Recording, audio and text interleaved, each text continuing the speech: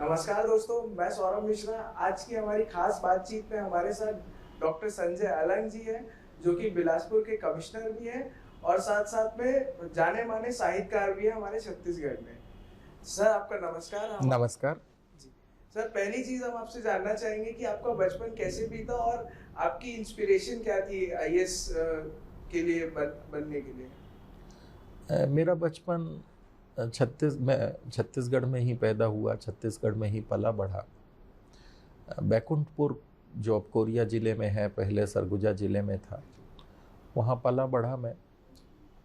मेरे को वहाँ पढ़ाई में अच्छे शिक्षक मिले, सराउंडिंग अच्छी थी, दोस्त अच्छे थे। तो इन सब का परिणाम ये निकला कि ठीक-ठाक पढ़ने के बाद मैं दिल्ली पढ़ने गया। और वहाँ जब पढ़ने गया तब मुझे पता चला कि कॉम्पिटिटिव एग्ज़ाम्स के थ्रू एक बेहतर नौकरी को पाया जा सकता है या जीविकोपार्जन के लिए उसके प्रयास किए जा सकते हैं और उसकी एक सुनिश्चित सी ट्रैक है। तो फिर उस ट्रैक को ना अपनाना अपने पैर पे कुल्हाड़ी मारने की तरह था। तो बेहतर विकल्प ये था कि उसको क्रैक कर लिया जाए। उसकी कोशिश की और ठीक-ठाक चीज़ें हुई, अभिव्यक्ति ठीक हुई तो सफलता भी मिल गई। सर, आपने छत्तीसगढ़ के इतिहास के बारे में काफ़ी डिटेल में आपने स्टडी किया है। तो मैं एक क्वेश्चन है मेरा और काफ़ी टाइम से मैं काफ़ी लोगों से भी ये पूछता हूँ, बट मुझे हमेशा डिफरेंट आंसर मिलते हैं। तो आपसे क्वेश्चन पूछना चाहूँगा, जो छत्तीसगढ़ का जो नाम है, वो कहाँ से आया है? आपने इतिहास के शोध के विषय को उठाया है। इतिहास का शोध छत्तीसगढ़ में निसंदेह अभी भी वांछित है और काफ़ी चीज़ें हो भी रही हैं।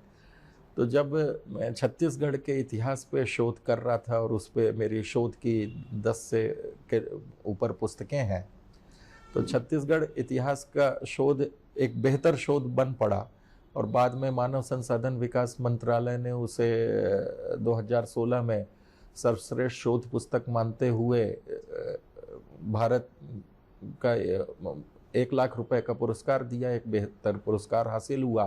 तो छत्तीसगढ़ का इतिहास और संस्कृति एक बेहतर शोध पुस्तक के रूप में स्थापित भी हो गई। फिर छत्तीसगढ़ की रियासतें और जमींदारियाँ, हस्तशिल्प और यहाँ के पारंपरिक त्यौहार, ये सब चीज़ें और अच्छे से पुस्तकें आई सामने। हस्तशिल्प पे तो यूनिक सी पुस्तक आई। ये आपने अच्छा मुद्दा उठाया कि जब कोई एक संख्यात्मक नाम होता है तो वो हंट करता है ये जानने को कि उसमें वो संख्या क्यों। दुपट्टे में दो पट्टों का होना तो समझ में आता है कि दो और पट्टा, दुपट्टा, परंतु किसी गढ़ के साथ और गढ़ क्या है और 36 क्या है, ये चीज को समझना थोड़ा एक इंटरेस्टिंग विषय निसंदेह इंगित करता है। तो आपने काफी सोच समझ के उसकी तरफ इशारा किया है। तो थोड़ा उसको समझने के लिए हमें इतिहास में नीचे की तहों की तरफ जाना पड़ेगा। कलचुरियों का जब महिष्मती में शासन था तो महिष्मती नर्मदा के दक्षिण तट पर पश्चिम दिशा में बसा हुआ शहर है, खंडवा खरगोन के आसपास। तो जब वहाँ उनका अवसान हुआ तो वो नर्मदा, क्योंकि काफ़ी तीखी और तीव्र नदी है, तो उसको पार करके उत्तर की ओर जाना थोड़ा कठिन कार्य होता है। तो एक स्वाभाविक विकल्प था कि या तो वो दक्षिण की ओर जाते या नर्मदा तीर पूर्व की ओर बढ़ते। तो उन्होंने नर्मदा किनारे किनारे पूर्व की ओर आए और एकदम एक्सट्रीम पूर्व में आते हुए दाहाल क्षेत्र में बसे, जो बाद में वो वहीं पर त्रिपुरी कांग्रेस हुई और अब वो तिलवारा घाट के रूप में चिन्हित है, जबलपुर है जिसे हम कहते हैं। तो जब वे वहाँ बसे तो उन लोगों ने वहाँ के भी आसपास के क्षेत्र को विजित किया। जब विजित कर लिया तो उसे एक संज्ञा देने की आवश्यकता पड़ी, तो उसका नाम उन्होंने कोसल रखा। अब क्योंकि अगेन वहाँ पे नर्मदा एक उत्तर की ओर जाने का बैरियर था, ज्योग्राफिकल बैरियर, तो वो दक्षिण की ओर बढ़े और दक्षिण में भी एक ज्योग्राफिकल बैरियर चिल्फी घाटी थी। तो जब उन्होंने चिल्फी घाटी को पार कर लिया तो they again themselves feels great. तो उन्होंने कोसल को महाकोसल कहना शुरू कर दिया। अपने आप की पीठ खुद थपथपाई और कोसल से महाकोसल बन गया। और उन्होंने इस तरह इसी बीच उनका परिवार भी बढ़ा, तो लोगों को एडजस्ट करने के लिए विभिन्न जगह का जमींदार बनाया और जमींदार का नाम दिया मांडलिक। तो इसी अनुक्रम में रतनपुर के पास जो एक पुराना टाउनशिप है तुम्बाड़, जो पूर्व राजधानी थी छत्तीसगढ़ एरिया की, तो तुम्बाड़ का भी एक मांडलिक बना कलचुरियों में से। उसके लिए भी ज्योग्राफिकल बैरियर था चिल्फी घाटी, तो धीरे धीरे दोनों में दूरियां बढ़ी हेडक्वार्टर में और मांडलिक वाले स्थान में, और इसी अनुक्रम में वो अलग हो गया। अलग हो गया तो अलग हुए वाले स्थान का नाम हो गया दक्षिण कोसल, और वो ये एज इट इज महाकोसल बना रहा। दक्षिण कोसल से धीरे धीरे दिशा का नाम लोगों ने पुकारना बंद कर दिया, तो कोसल और महाकोसल हो गए, पर रूढ़ नाम दक्षिण कोसल था। अब इन लोगों ने, कलचुरियों ने यहाँ पर भी धीरे धीरे अपना क्षेत्र विस्तार किया, तो संयोग से वो क्षेत्र विस्तार हुआ मैदानी एरिया में, रतनपुर से दुर्ग तक। और छत्तीसगढ़ क्षेत्र में परंपरागत रूप से कलचुरियों के आने के पहले से ही रियासतें थीं, जैसे सरगुजा है, कवर्धा है, राजनांदगांव है, कोरिया है, ये सब रियासतें पहले से थीं। तो कलचुरियों ने एक पद्धति अपनाई कि इन रियासतों पे आक्रमण किया, उनसे अधीनता मनवाई, परंतु वहाँ के शासन प्रमुख को हटाया नहीं, राजा को हटाया नहीं, और उसके माध्यम से ही सत्ता संचालित करते रहे। इन रियासतों और इनके जो डायरेक्ट अधिकार की भूमि थी, जिसको अब ये खालसा कहते थे, खालिस भूमि, और उसके अलावा रियासतों के बाहर और खालिस भूमि के बाहर जमींदारियां थीं छोटी छोटी, जो रियासत की श्रेणियों में नहीं आ पाई थीं, जैसे कोरबा थी, चापा थी, लाफा, बिंद्रा, नवागढ़, इस तरह की जमींदारियां थीं। तो उन जमींदारियों पे भी अधीनता की और उनके साथ भी वही ट्रीटमेंट किया जो रियासतों के साथ किया था, कि जमींदारों को बने रहने दिया। और इस तरह से 3 तरह की भूमियां इनके अधिकार क्षेत्र में आई। एक तो खालिस भूमि जो खालसा थी, दूसरा रियासतों की भूमि, और तीसरा जमींदार क्षेत्र की भूमि। तो खालसा भूमि को इन्होंने प्रशासनिक इकाइयों में बांटा, और प्रशासनिक इकाइयां मूल रूप से तहसील थीं, जो वर्तमान में अभी हैं, और उसका नाम उन्होंने जो संज्ञा रखी, जो नाउन उन्होंने बनाया, उसका नामकरण किया गढ़। तो बाद में जब मराठे इस हिस्से में आए तो उन्होंने उसका नाम बदल के तालुका और परगना कर दिया, और उसके तुरंत बाद जब अंग्रेज आए तो उन्होंने इस गढ़ का नाम बदल के तहसील रख दिया और तहसील की पदस्थापना कर दी। तो इस तरह से गढ़ नाम, जो कि दाहाल क्षेत्र या जबलपुर वाले क्षेत्र से आया, और गढ़ा मंडला, गढ़ देवगढ़, इस तरह के नाम वहाँ पहले से थे, तो गढ़ संज्ञा तहसील के रूप में यहाँ इंगित हुई और एक प्रशासनिक इकाई के रूप में हुई। तो ये प्रशासनिक इकाइयाँ केवल और केवल खालसा क्षेत्र में थी। ये प्रशासनिक इकाइयाँ रियासत क्षेत्रों में और जमींदारी क्षेत्रों में नहीं थीं। और खालसा का जो क्षेत्र है, जो डायरेक्ट एडमिनिस्ट्रेशन का क्षेत्र था कलचुरियों का, वो तुम्बाड़ रतनपुर से लेके दुर्ग तक था। तो और जब कलचुरी किसी से खुश होते थे तो उसको एक गढ़ इनाम में दे देते थे और वो जमींदारी बन जाती थी, जैसे पेंड्रा बनी। और अगर किसी से नाराज होते थे तो उसकी जमींदारी जब्त कर लेते थे और गढ़ बन जाते थे। तो गढ़ के ही अंदर उन्होंने फिर बरहों करके एक इकाई बनाई, जो 12 गांवों की संगति से बनी, और उसका एक मुखिया बनाया, और उसी को बोलचाल की भाषा में मैदानी क्षेत्र में दाऊ कहा जाता है। और दाऊ साहब यहाँ एक प्रचलित शब्द बना, और गांवों के लिए गौटिया बनाया। अब गढ़ संज्ञा कैसे आई ये तो समझ में आता है, पर 36 कैसे आया? इस बीच जो छिंदवाड़ा जिले में गोंडों की एक रियासत है देवगढ़, तो वहाँ से एक शासक था जो कि सुंदर व्यक्तित्व का धनी था, वीर था और योग्य था। तो औरंगजेब की युद्ध कला और उसकी वीरता से प्रभावित होकर वो उससे मिलने दिल्ली चला गया, और दोनों में मित्रता हुई और वो वहाँ रुक गया, और कुछ एक लंबी अवधि तक उसको रुकना पड़ा। और जब वो लौटा तो उसको अच्छी एक विदाई के साथ भेजा गया, हाथी घोड़े लाव लश्कर और हीरे जवाहरातों के साथ विदाई मिली उसको।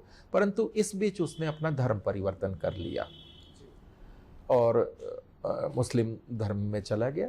जब वो लौट रहा था तो उसको लगा कि अब ऐसी स्थिति में मैं गोंडों के बीच कैसे वापस जाऊंगा। तो पहाड़ों के नीचे वो रुक गया और जहाँ वो रुका बाद में वहीं रुका रह गया और उसके आसपास नगर बस गया। तो वो नाग नदी के किनारे रुका था और उसको नागपुर कहा जाने लगा। तो Nagpur is a new city और ये जो गोंड शासक गया था वो नए नाम के साथ लौटा था, उसका नाम था बख्त बुलंद। तो बख्त बुलंद नागपुर को बसाने वाला व्यक्ति बन गया। इसके वैध पुत्र भी हुए और अवैध पुत्र भी हुए। तो जब उसका देहावसान हुआ शासक का, बख्त बुलंद का, तो बगल में एक बेरार करके राज्य था जो बाद में सीपी एंड बेरार में बेरार शब्द का यूज हुआ, तो बेरार था। तो वहां भोसलों का, शिवाजी के वंशजों का शासन था। तो शिवाजी ने टैक्सेशन की एक नई प्रणाली चलाई थी, चौथ और सरदेशमुखी, जिसमें पड़ोसी राज्यों से धन संपत्ति का संग्रह करके ले आते थे और राजा के टैक्स के रूप में भी काम आता था और सैनिकों के वेतन भुगतान के लिए भी काम आता था। तो जब वैध पुत्र को सहायता देने के लिए विधवा रानी ने बेरार से शासक को बुलाया तो उस समय वहाँ भोसले शिवाजी के वंशजों का ही शासन था। तो वे सहायता देने के लिए आए और नागपुर में रुक भी गए। बाद में जब उस शासक को, वैध पुत्र को सत्ता मिल गई और बाद में उसका भी कालावसान हुआ, तो भोसलों ने सत्ता हस्तगत कर ली और हस्तगत करने के बाद उन्होंने पदाधिकारियों की नियुक्ति की, मंत्री बनाए, मंत्रियों के कुछ पद नाम रखे। तो उसमें वित्त लिपिक और वित्त सचिव जो थे उनके पद नाम हुए चिटनिस और फडणवीस। तो फडणवीस और चिटनिस पद नाम के रूप में सामने आए। बाद में चीजें रूढ़ हो जाती हैं तो पद नाम को ही सरनेम, उपनाम बना लिया जाता है। तो वो परंपरा बाद में हुई। तो चिटनिस और फडणवीस वित्तीय मामलों के क्रम, मतलब लिपिक और मंत्री हुए, सचिव हुए।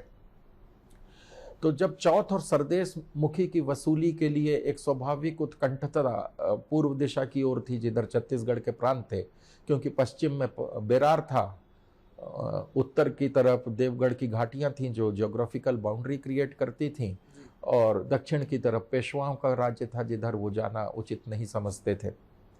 तो जब इधर आने लग गए तो यहाँ, जैसा कि पहले ही मैंने इंगित किया कि 3 प्रकार की भूमियाँ थीं।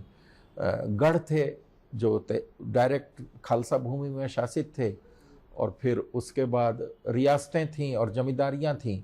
तो इन 3 प्रकार की भूमियाँ जब वो लौटते थे सैनिक, तो उनसे चौथ और सरदेशमुखी वसूली का हिसाब लिया जाता था। तो चिटनिस और फडणवीस जो पद थे वो एंट्री करते थे कि छत्तीसगढ़ में से या कह सकते हैं जैसे 6 गढ़ से वसूल पाया, 30 से वसूल लाओ।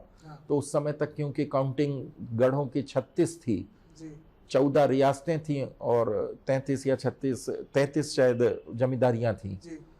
तो इनकी संख्या के विरुद्ध वो वसूली की संख्या को इंगित करने के लिए कोई संख्या अंकित करते थे। तो इस तरह से वो गढ़ों की एक संख्या बनने लग गई और इस तरह से वो आधिकारिक रूप से कहीं ना कहीं यूज होने लग गए, और फिर बोलचाल की भाषा में आने लग गया, फिर कविता में आने लग गया, और फिर रूढ़ होता चला गया। तो संख्या इस तरह से आई और गढ़ इस तरह से आया, तो वो नाम बनता चला गया। तो कौशल नाम बोलचाल की भाषा में पीछे चला गया और छत्तीसगढ़ आगे आ गया। तब तक बस्तर इस हिस्से में नहीं था। तो बहुत लोगों को भी ये डाउट था कि भाई छत्तीसगढ़ कहाँ से आया और कैसे हुआ। तो आज हमें संजय सर ने बताया, उसके लिए आपका शुक्रिया। सर, मैं जानना चाहूंगा कि आपका इतिहास के तरफ झुकाव कब से आया? मतलब आपकी लाइफ में मतलब एक टाइम आया होगा कि जिसमें आपको इतिहास को आप स्टडी करना चाहते थे, तो वो कब और कैसे आया? ये इतिहास जब मैंने सब्जेक्ट के रूप में लिया अपने स्नातक करने के लिए और एग्ज़ाम के लिए, और दिल्ली में एक प्रोफेसर मिले जिन्होंने इतिहास दृष्टि को समृद्ध करने की दृष्टि से इतिहास को हर तरह से, चारों तरफ से देखना, हर एंगल से देखना सिखाया और समझाया। और इतिहास लेखन में between the line, over the line, under the line या बियॉन्ड द लाइन क्या होता है उसको देखना समझना सिखाया। और इतिहास की चीज़ों को तो धीरे धीरे मेरी रुचि बनने लग गई और इतिहास एक कविता की तरह लगने लगा मुझे। जिस तरह से सचिन तेंदुलकर की बैटिंग करते समय उसकी सबसे बड़ी अभिव्यक्ति होती है, जब उसने पिता की मृत्यु पर भी श्रद्धांजलि स्वरूप शतक ही लगाया था और मेरे ख्याल से ये उसकी बहुत बड़ी अभिव्यक्ति थी। तो अभिव्यक्ति की क्षमता इतिहास में आने लग गई। पढ़ना मुझे रुचिकर लगता था और इतिहास के साथ एक से है, एक कोटेशन कोट किया जा सकता है कि इतिहास में सबसे कुल के साथ मुश्किल यही है कि उसे पढ़ना पड़ता है। तो धीरे धीरे वो रुचि विकसित होते लग गई और फिर मैं खुद भी लिखने लग गया। तो मुझे जनता का इतिहास लिखने की तरफ ज़्यादा रुचि बढ़ी, जिसे टेक्निकली सोशियो इकोनॉमिक हिस्ट्री कहा जाता है। तो जनता मुझे हंट करने लग गई और मैं लिखने लग गया। सर, एक ऑफिसर होने के साथ साथ आप साहित्यकार भी हैं और आपको हिस्ट्री पढ़ने का आपको इतना शौक भी है, तो ये आपको किन तरीके से, जैसे जो साहित्य और जो हिस्ट्री जो आप लिखते हैं और जो आप पढ़ते हैं, तो ये आपको आपके जॉब में किस तरीके से हेल्प करता है? बहुत मदद करता है, बहुत मतलब अप्रतिम मदद करता है जी। जब प्रशासनिक सेवाओं की शुरुआत हुई और दार्शनिक स्तर पर जब इन पे विचार किया जाने लगा, तो प्लेटो या एरिस्टोटल के समय से ही ये माना जाता था कि ह्यूमैनिटीज़ के जितने सब्जेक्ट हैं वो प्रशासनिक सेवाओं को एनहांस करते हैं। तो ह्यूमैनिटीज़ का कोई भी सब्जेक्ट जब आप पढ़ते हैं तो जनता से, समाज से, लोगों से आप सीधे जुड़ते हैं जी। और इसलिए ये तो एक एड ऑन है जो आपको समाज से जोड़ता है, जनता से जोड़ता है, लोगों से जोड़ता है। सर, आपने छत्तीसगढ़ पे आधारित पोएम लिखी है और किताबें लिखी है, उस पे आप कुछ कहना चाहेंगे? देखिए, जब आप पढ़ते हैं तो अन्य विचार भी आपके सामने आते हैं जी। तो वो मेरे सामने भी आए तो वो कविता के रूप में, कहानी के रूप में, यात्रा वृत्तांतों के रूप में प्रस्फुटित हुए। तो जब मैं लिख रहा था तो फिर कविताएं भी लिखी। कविता की मेरी 3 पुस्तकें आई। एक उनके शीर्षक हैं शव पगडंडी छिप गई थी और नदी उसी तरह सुंदर थी जिस तरह बाघ। सर, आपको मोटिवेशन क्या देता है, जैसे अंदर से? जनता जी, लोग, मेरा पूरा समाज। जी। सर, आपने एज अ गवर्नमेंट ऑफिसर कुछ ऐसा काम किया हो जो आपको हमेशा, जब भी आप सोचते हैं फ्री टाइम में, तो आपको लगता है कि this is the best thing जो मैंने किया, ऐसा कुछ एक काम जो आपको लगता है? देखिए, डे टू डे लाइफ में रोज कुछ ना कुछ चीज़ें ऐसी होती हैं जो बेहतर होती हैं। जी। हर व्यक्ति, मैं अकेला नहीं हूँ, आप भी और हमारे सामने खड़े कैमरामैन साहब भी और बाकी जो भी लोग हों, समाज से कुछ ना कुछ प्राप्त करते हैं और हर कोई समाज को कुछ ना कुछ लौटाना चाहता है। तो आप न्यूज़ के माध्यम से लौटा रहे हैं, मैं कुछ लिखने के माध्यम से लौटा रहा हूँ। तो सकारात्मक रूप से लौटाने से बेहतर विकल्प क्या हो सकता है? तो नकारात्मकता समाज को ना लौटाई जाए, सकारात्मकता और अच्छी चीज़ें, रचनात्मक चीज़ें लौटाई जाएं, ये तो बेहतर विकल्प है। सर, एक आखिरी सवाल ये कि आप अपने जो गवर्नमेंट का काम है उसको और अपने राइटिंग को कैसे साथ में मैनेज करते हैं? देखिए, मैनेज करने जैसा इसमें कुछ भी नहीं है जी। मेरा मूल काम शासकीय सेवा ही है जी। जीविकोपार्जन का साधन भी वही है जी। परंतु एक सामान्य सा तथ्य ये माना जाता है कि 24 घंटे आप एक ही काम करते हुए नहीं रह सकते। जी। फिर आप उस काम से आपको कुफ्त होती है, बोरियत होती है, तो रीजुविनेशन के लिए आपको 1-1.5 घंटे का ब्रेक लेना पड़ता है। तो 1-1.5 घंटे का ब्रेक लेने के लिए अगर कोई रचनात्मक ब्रेक लिया जाए, खेलने चला जाए या कोई लेखन कार्य में किया जाए, पढ़ने में लगाया जाए या किसी अन्य रचनात्मक क्रिया में लगाया जाए, तो वो बेहतर विकल्प है। नकारात्मक क्रिया के लोग नशा करने लगते हैं, लोग बैठ के इधर उधर की अन्य बातें करने लगते हैं। तो उससे बेहतर है कि उस मोनोटोनसनेस को ब्रेक करने और रीजुविनेट होने के लिए रचनात्मक कार्य किया जाए। तो वो 1-1.5 घंटे के ब्रेक में मुझे लिखने में ज़्यादा समय लगता है, क्योंकि मैं 1-1.5 घंटे से ज़्यादा इस काम को करता नहीं एक दिन में। मूल काम तो मैं शासकीय सेवा में जो है उसे ही करने की कोशिश करता हूँ। सर, आपकी लिखी हुई कविता में से एक कुछ कविता आप जो सुनाना चाहे दर्शकों को। नया कविता संग्रह है, नदी उसी तरह सुंदर थी जैसे कोई बाग, और ये हिस्ट्री की वो बुक है जो काफ़ी प्रशंसित और सफल हुई है, जो शोध आधारित है। तो नवीन कविता संग्रह है, इसलिए बेहतर होगा कि इससे ही सुनाया जाए। जी। कविता पुस्तक है नदी उसी तरह सुंदर थी जैसे कोई बाग। इसमें एक कविता है, सड़क के कांधों पर धान, सड़क के कांधों पर धान, सड़क पर जाते हुए दिख रहा है, सड़क के दोनों ओर उसके कांधों पर दूर तक बिखरा हुआ धान और पुआल, दूर तक बिखरा हुआ धान और पुआल जो गिर रहा है, दूर तक नजर आ रही उन बैलगाड़ियों से जो भर कर जा रही हैं खेतों से खलिहान की ओर, खेतों से खलिहान की ओर, और जिनकी लंबी कतार आ रही है नजर धीरे धीरे बढ़ती हुई आगे। खलिहानों से इन्हें मीस कर ले जाएंगे मंडी, क्योंकि नहीं आता कोई इन्हें लेने, क्योंकि नहीं आता कोई इन्हें लेने, ले जाना पड़ता है उन्हें ही स्वयं। खेत से मंडी तक धान, खेत से मंडी तक धान, जिस तरह बोने के लिए भी स्वयं ही आए थे सामग्री मंडी से खेत तक, स्वयं ही लाए थे सामग्री मंडी से खेत तक।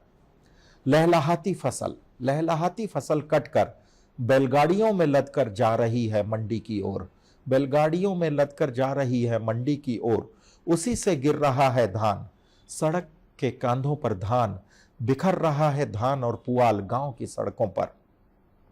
सड़क का इस तरह भरा रहना है किसान का, सड़क का इस तरह भरा रहना है किसान का, जिससे ही भरती है मंडी और जिससे भरता है शहर, और जिससे भरता है शहर।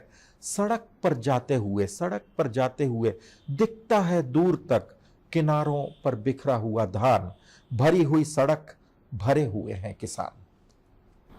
आज थे हमारे साथ डॉक्टर संजय अलंग जी। सर, आपका शुक्रिया हमें अपना समय देने के लिए। Thank you very much. आप सबका भी, दर्शकों का भी शुक्रिया। थैंक्स।